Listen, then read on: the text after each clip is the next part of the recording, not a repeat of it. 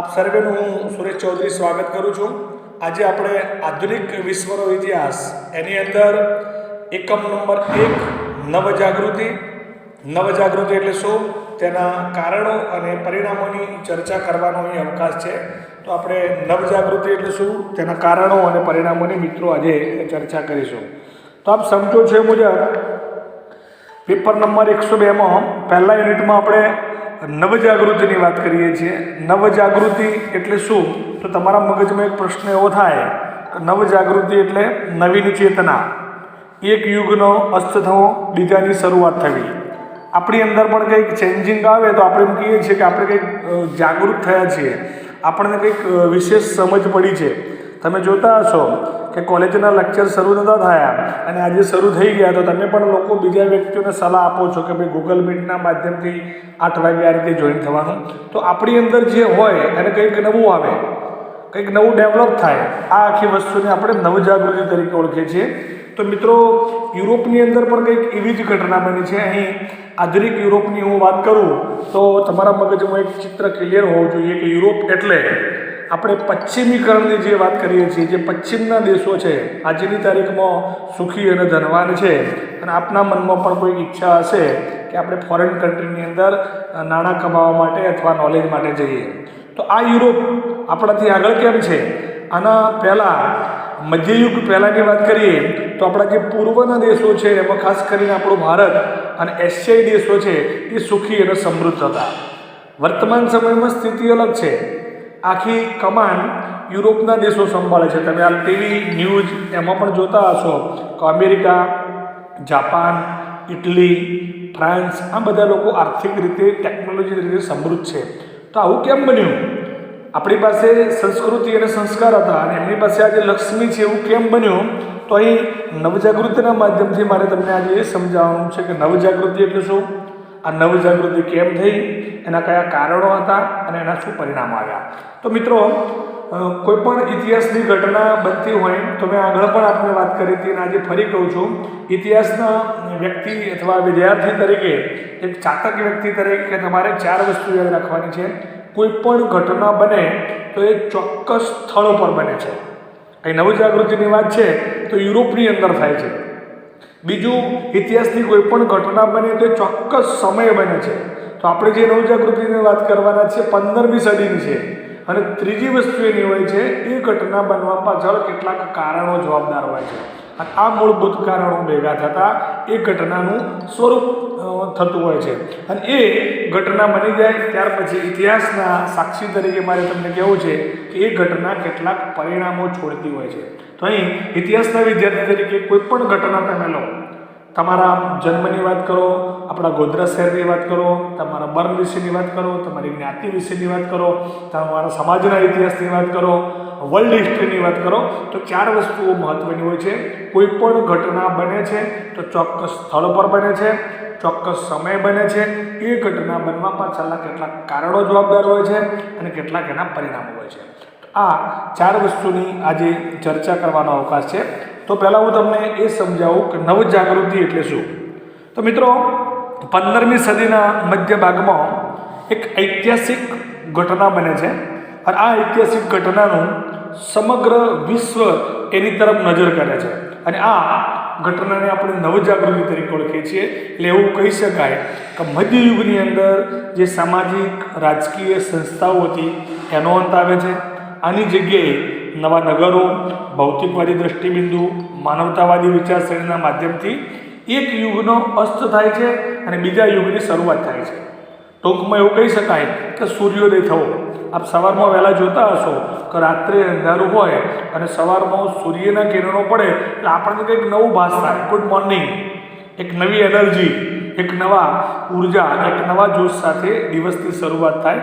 તો આવી જ કંઈક સ્થિતિ યુરોપની અંદર થાય છે।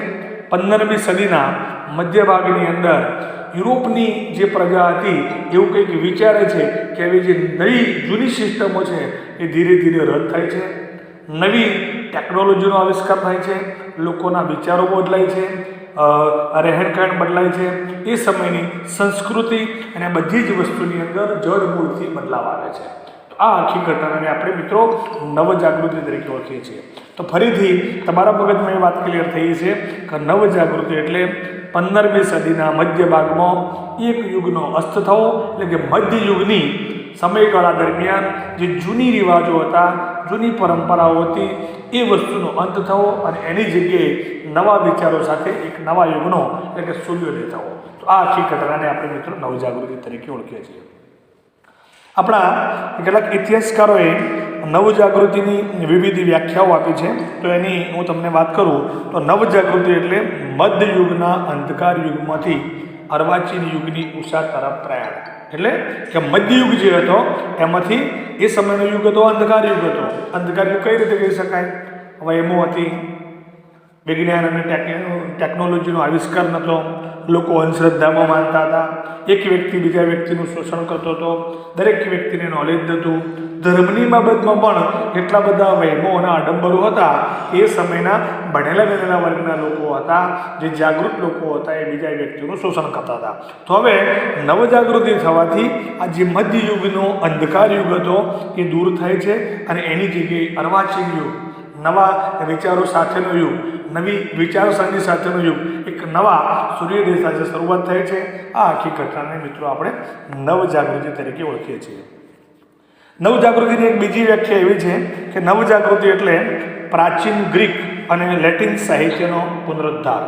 આ સમયગાળા દરમિયાન યુરોપની અંદર મિત્રો આપ સમજો છો મુજબ ગ્રીક, લેટિન, અંગ્રેજી આવી વિવિધ સાહિત્યો હતા અને આ સાહિત્યનો એટલો બધો વિકાસ થતો, પણ નવજાગૃતિ થવાથી આ એકબીજાનું સાહિત્ય બીજા વ્યક્તિઓના સંપર્કમાં આવ્યું.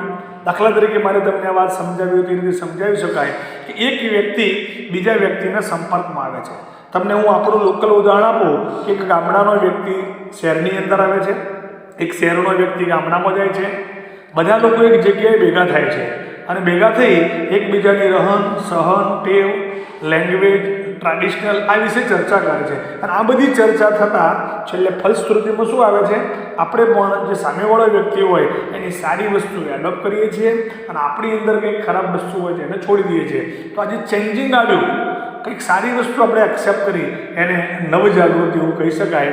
તો મિત્રો આ સમયગાળા દરમિયાન નવજાગૃતિ એટલે સાહિત્ય, કલા, જ્ઞાન, વિજ્ઞાન, તત્વજ્ઞાન સાથે સાથે જે ધર્મ હતો એ ધર્મમાંથી મુક્તિ મેળવી અને એક નવા ધર્મની શરૂઆત થાય. આ આખી ઘટનાને આપણે મિત્રો નવજાગૃતિ તરીકે ઓળખીએ છીએ.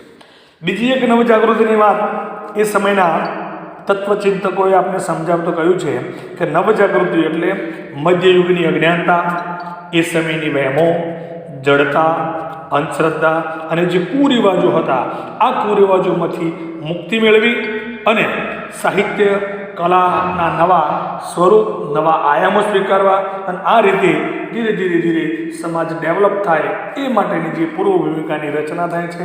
આ આખી ઘટનાને મિત્રો આપણે નવજાગૃતિ તરીકે ઓળખીએ છીએ.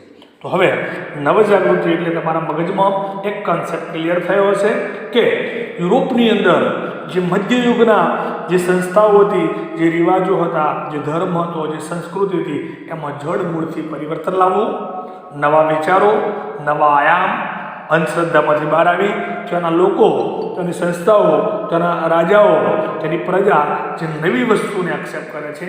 આ આખી ઘટનાને આપણે નવજાગૃતિ એટલે કે સૂર્યોદય, એક યુગનો અસ્ત થવો, બીજા યુગની શરૂઆત થવી એ રીતે ઓળખીએ છીએ. તો નવજાગૃતિ એટલે યુરોપની કન્ટ્રીમાં જે નવી ચેતના આવે છે, નવા વિચારો સાથે, નવા આયામ સાથે નવા આયામોની શરૂઆત થાય છે, નવી ટેકનોલોજીની શરૂઆત થાય છે. જે જૂની પરંપરાઓ હતી એ જડમૂળથી મિત્રો નાશ પામે છે અને આ રીતે યુરોપના વિકાસના શ્રી ગણેશ થાય છે. હવે આવું કેમ બને?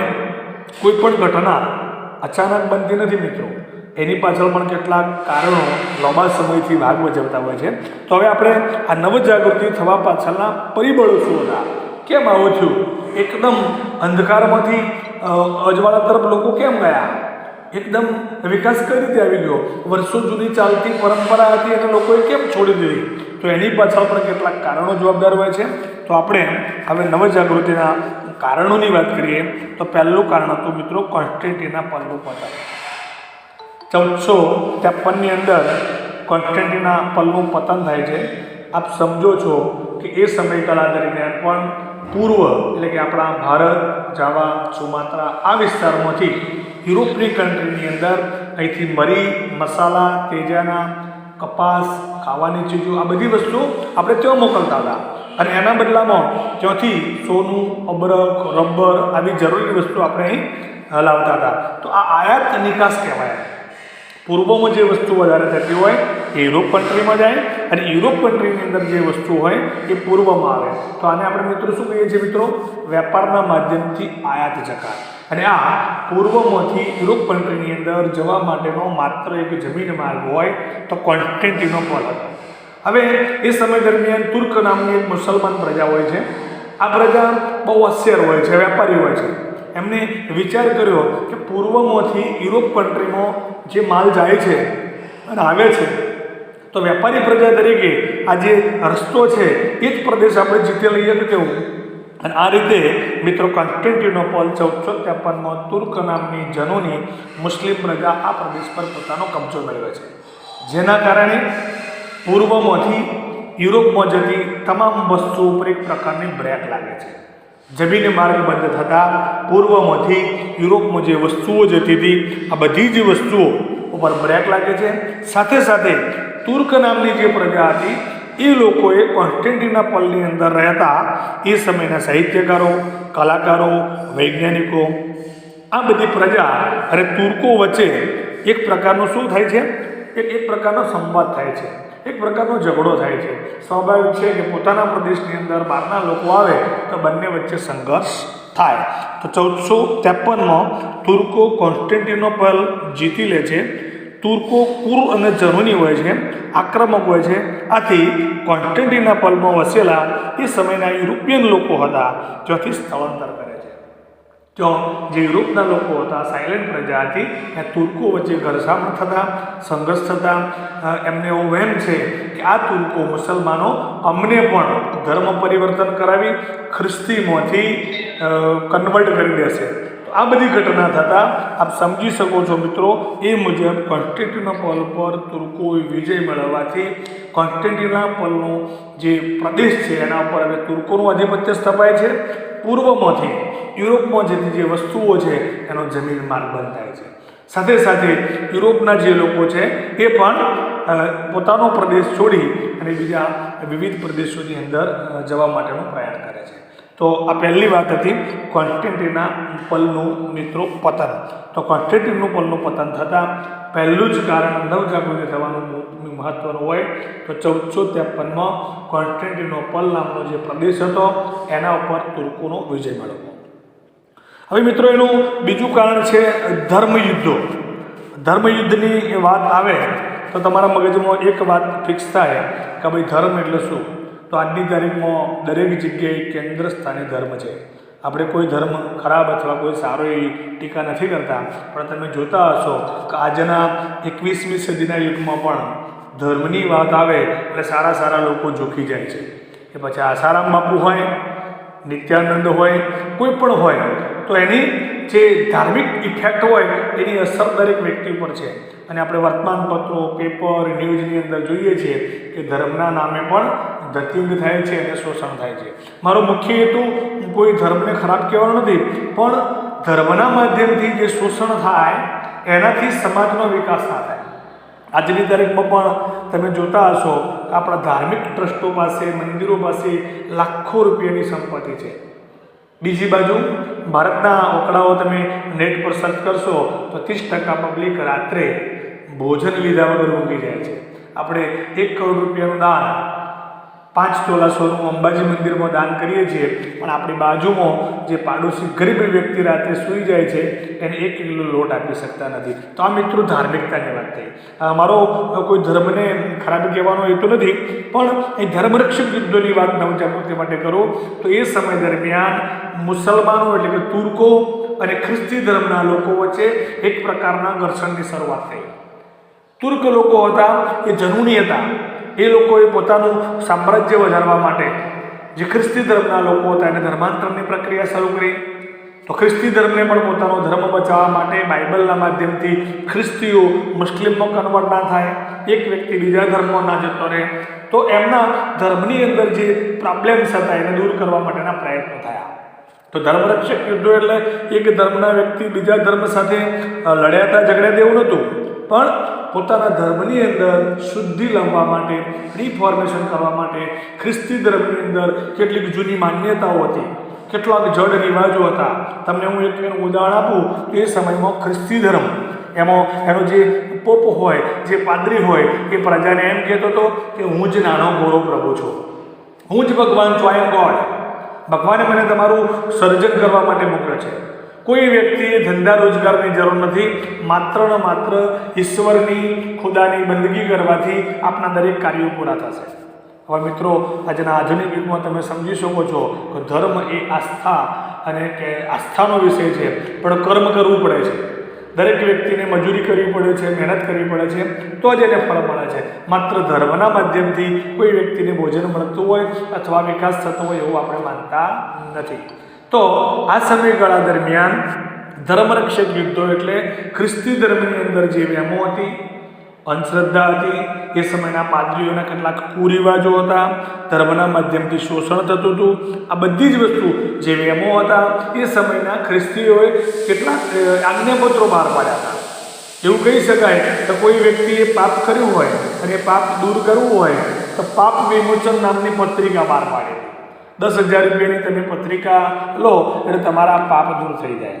મિત્રો, આ તો 15મી સદીની વાત છે. હાલ 21મી સદીમાં પણ તમારા મોબાઈલમાં પણ એવા મેસેજ આવતા હશે કે આ ફલાણા માતાજીનો મેસેજ છે, તમે 11 જણ સાથે મોકલશો તો તમારું કામ સારું થશે, અને ડિલીટ મારશો તો મોટું નુકસાન થશે. આજની તારીખમાં પણ મિત્રો આપણે આવી અંધશ્રદ્ધામાં જીવીએ છીએ.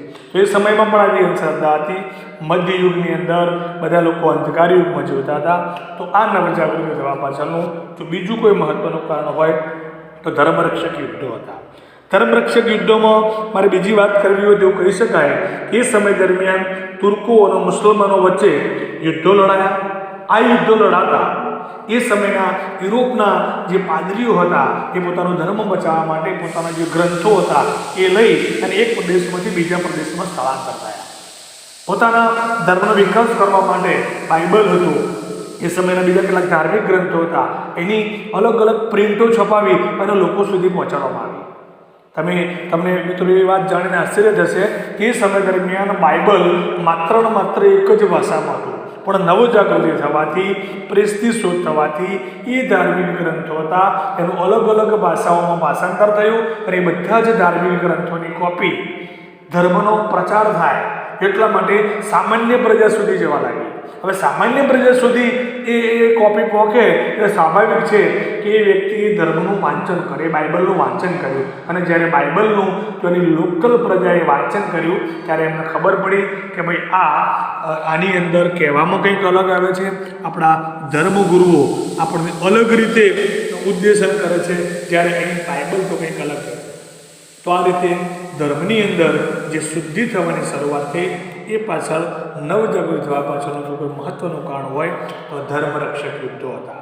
જો તુર્કો અને ખ્રિસ્તીઓ વચ્ચે યુદ્ધ ના થયા હોત, જમીન માટે ધમાસાણ ન થયું હોત, તો આ જે બાઇબલ હતું, આ જે ખ્રિસ્તી ધર્મો હતા, આ મુસ્લિમ ધર્મના જે ધાર્મિક ગ્રંથો હતા, એનું સાહિત્ય એ વ્યક્તિઓના સંપર્કમાં ના આવતું, અને આમ એક વ્યક્તિનું સાહિત્ય, એક વ્યક્તિનો ધર્મ બીજા વ્યક્તિના સંપર્કમાં આવતા મિત્રો શું થાય છે?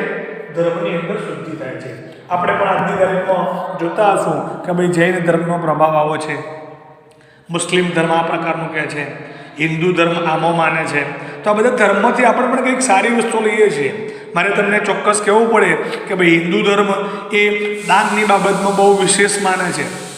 હમણાં કોરોના મહામારી ચાલતી હતી, લોકડાઉનનો સમય હતો, તો કેટલીક ધાર્મિક સંસ્થાઓએ લોકોને લાખો રૂપિયાના ખર્ચે ભોજન દાન કીટ કરી.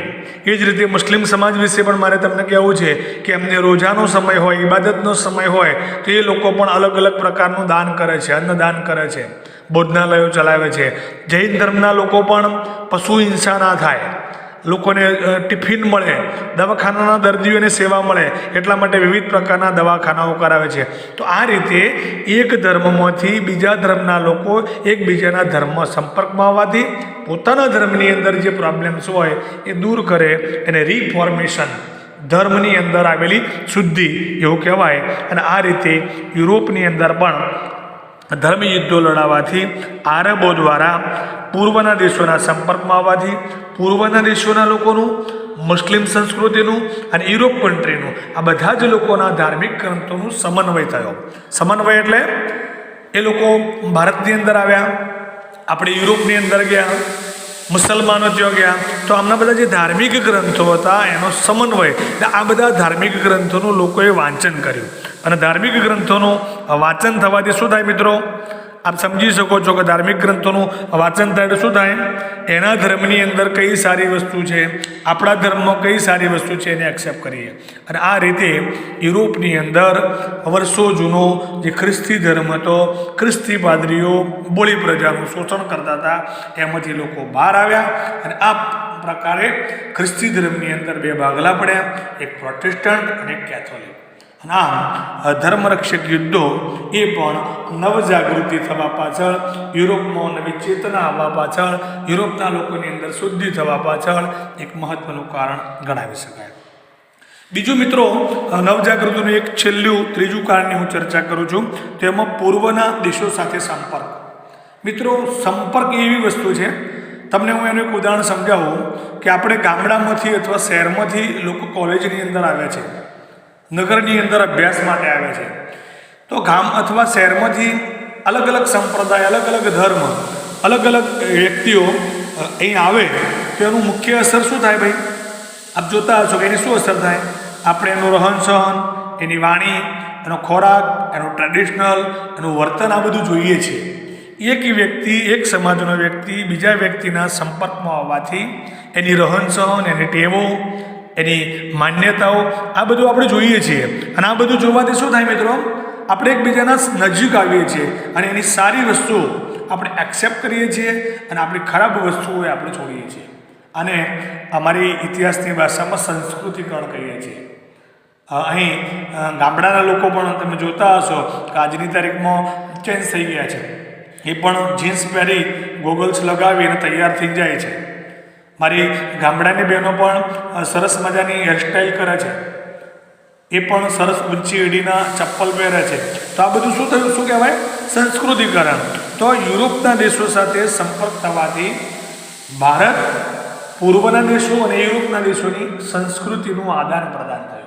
સંસ્કૃતિનું આદાન પ્રદાન થયું એટલે આપણે આગળ વાત કરી કે કોન્સ્ટેન્ટિનોપલ નામનો પ્રદેશ તુર્કોએ જીતી લીધો, જેના કારણે પૂર્વમાંથી જતી જે વસ્તુઓ હતી, મરી મસાલા હોય, તેજાના હોય, આ બધી વસ્તુ પર મિત્રો બ્રેક લાગે. હવે આ વસ્તુને મેળવવા માટે યુરોપના લોકોની જીવન જરૂરિયાત વસ્તુ હતી જ. તમને ખબર છે કે જરૂરિયાત એ દરેક વ્યક્તિની જનતા છે, એના વગર ના ચાલે. સવારમાં વહેલા આપણે મોર્નિંગમાં ઉઠીએ એટલે આપણે ચા જોઈએ જ, એના પછી બ્રેકફાસ્ટ નાસ્તો જોઈએ, બપોરે 11-12 વાગે એટલે ભોજન જોઈએ. આ જરૂરિયાત છે, એના વગર ના ચાલે. તો આ રીતે યુરોપના લોકોની પણ જરૂરિયાત સંતોષવા માટે ધર્મરક્ષક યુદ્ધો, કોન્સ્ટેન્ટિનોપલનું પતન થતાં જે જમીન માર્ગ હતો એ બંધ થયો, જેથી યુરોપના લોકો બીજા માર્ગે એટલે કે દરિયાઈ માર્ગે વિવિધ વિસ્તારોના શોધના માધ્યમથી આ લોકો પૂર્વના સંપર્કમાં આવ્યા. અને આ રીતે પૂર્વના દેશો સાથેનો સંપર્ક થવાથી આપણી ધાર્મિક નીતિઓ, આપણી સંસ્કૃતિ, આપણા અહીંના શાંતિપ્રિય લોકો, યુએન સાંગ નામનો મુસાફર, ચીની મુસાફર ભારતની અંદર મિત્રો આવે છે અને અહીં આવી અને એની પ્રવાસ નોંધનું એક વાક્ય લખે છે. એ વાક્ય હું આજે પણ વિચારું છું કે આવું કેમ? તો એને એવું લખ્યું કે પૂર્વના દેશો બહુ સમૃદ્ધ છે, ભારત બહુ સમૃદ્ધ છે, સોનાની ચીડીઓ છે, અહીં ઘી દૂધની નદીઓ વહે છે. વાસ્તવમાં એવું કશું નહોતું, પણ યુરોપના લોકોને એટ્રેક્શન થાય, કંઈક છે એવું થાય, અને આ યુરોપના લોકો પૂર્વ તરફ આવે એટલા માટે એની પોતાની નોંધમાં થોડું અતિશયોક્તિ એટલે કે વધારે પડતા વખાણ કર્યા. અને મિત્રો તમને ખબર છે કે કોઈ પણ જગ્યાએ વખાણ થાય, અતિશયોક્તિ હોય તો આપણે શું કરીએ છીએ? એ તરફ આકર્ષાઈએ છીએ. એનું એક તમને નાનું ઉદાહરણ આપું કે દુકાન ગોધરા માર્કેટમાં કોઈક જગ્યાએ એક બોર્ડ લાગે કે સેલ છે, એક સાથે 2 ફ્રી, તો આપણે કેટલા પૈસાનું નથી જોતા તો બધા લોકો ઘસારો કરે છે, મફત મળે છે તો લાઈન લગાવીએ છીએ. તો આ રીતે યુરોપના લોકો પૂર્વના સંપર્કમાં આવ્યા. પૂર્વના સંપર્કમાં આવવાથી આપણી સંસ્કૃતિ, આપણા લોકોનો વિચારો, આપણા લોકોની આનંદપ્રિયતા, આપણા લોકોનું ભોજન, આપણા ધાર્મિક ગ્રંથો આના સમન્વયમાં આવવાથી એમની અને આપણા બંને વચ્ચે કોલોબ્રેશન થવાથી જે સારી વસ્તુઓ આપણી હતી મિત્રો એમને એડોપ્ટ કરી અને એના પરિણામ સ્વરૂપે તમને ખબર છે કે યુરોપના બધા જ લોકો પૂર્વ તરફ આજનું આક્રમણ થયું અને ભારત તરફ આવ્યા અને આપણી સારી વસ્તુઓ એમને એક્સેપ્ટ કરી. તો અહીં આજના દિવસે આપ મિત્રોને મારે એ જ કહેવું છે કે નવજાગૃતિ એટલે નવીન ચેતના, એક યુગનો અસ્ત થવો, બીજા યુગની શરૂઆત થવી. અને આ નવજાગૃતિની શરૂઆત યુરોપથી થાય છે, 15મી સદીમાં થાય છે. એ સમય દરમિયાન આ વસ્તુ થવા પાછળના મહત્વના કારણોમાં આજે આપણે મિત્રો 3 કારણોની ચર્ચા કરી છે. પહેલું કોન્સ્ટન્ટિનોપલનું પતન, 1453માં તુર્કો જીતી લે છે. જમીન માર્ગ બંધ થતાં મુસલમાનો અને યુરોપ પ્રજા વચ્ચે સંઘર્ષ થતાં એમની અંદર જે ચેન્જિંગ આવે છે, નવા વિચારો થાય છે, આ વસ્તુને નવજાગૃતિ તરીકે ઓળખાવી.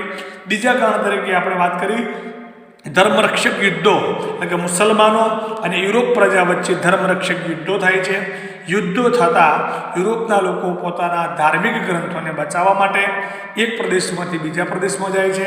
પોતાના ધર્મનો પ્રચાર કરવા માટે બાઇબલ સાથે સાથે બીજા જે ધાર્મિક ગ્રંથો હતા એનું અલગ અલગ ભાષાઓમાં એ સમયના તત્વચિંતકો, લેખકો, વિચારકો એનું ભાષાંતર કર્યું અને એની સંપૂર્ણ કોપીઓ દરેક આમ જનતા સુધી પહોંચે છે. આમ જનતા પોતાના ધર્મનું વાંચન કરતા ધર્મની અંદર જે પ્રોબ્લેમ હતા એ ક્રિએટ થઈ બહાર આવે છે અને આ રીતે ધર્મની અંદર શુદ્ધિ થતાં રિફોર્મેશનની પ્રક્રિયા મિત્રો આગળ થાય છે અને આ રીતે પણ યુરોપની પ્રજાની અંદર નવજાગૃતિના દ્વાર ખુલે છે. ત્રીજા કારણની મિત્રો આપણે વાત કરી પૂર્વના દેશો સાથે સંપર્ક, એટલે કે આ યુરોપના લોકો જમીન માર્ગ બંધ થતાં દરિયાઈ માર્ગે નવા વિસ્તારોની શોધ થતી. આનું એક કારણ આપણે એ પણ આગળ ચર્ચા કરીશું કે નવા પ્રદેશોની શોધ એટલે શું કહી શકાય ભાઈ, આપણે એનો આખો એક નવો મુદ્દો છે અને એ નવા મુદ્દાની પણ આપણે ચર્ચા કરવાના છીએ. તો અહીં એક માર્ગ બંધ થાય અને બીજાની શરૂઆત થાય અને ભૌગોલિક શોધખોળો કહેવાય. ભૌગોલિક શોધખોળોનો મુદ્દો પણ આ નવજાગૃતિમાંથી જ ઊભો થાય છે. જો જમીન માર્ગ બંધ ના થયો હોત તો યુરોપના લોકોને બીજા રસ્તા શોધવાની જરૂર નથી. તો આ 3 કારણોની મિત્રો આજે ચર્ચા કરી છે. મને આશા છે કે પહેલા લેક્ચરમાં આટલું ઇનફ છે. લોકો સાંભળવા ઓછું ટેવાયેલા છે અને બોલવા વધારે ટેવાયેલા છે એવું હું માનું છું. તો આજે નવજાગૃતિના 3 કારણોની આપની સમક્ષ નાનો આછો ખ્યાલ આપ્યો છે. વધારે ચર્ચા આવતા લેક્ચરમાં એટલે કે સોમવાર કરી. મિત્રોને મારા વંદન, આભાર.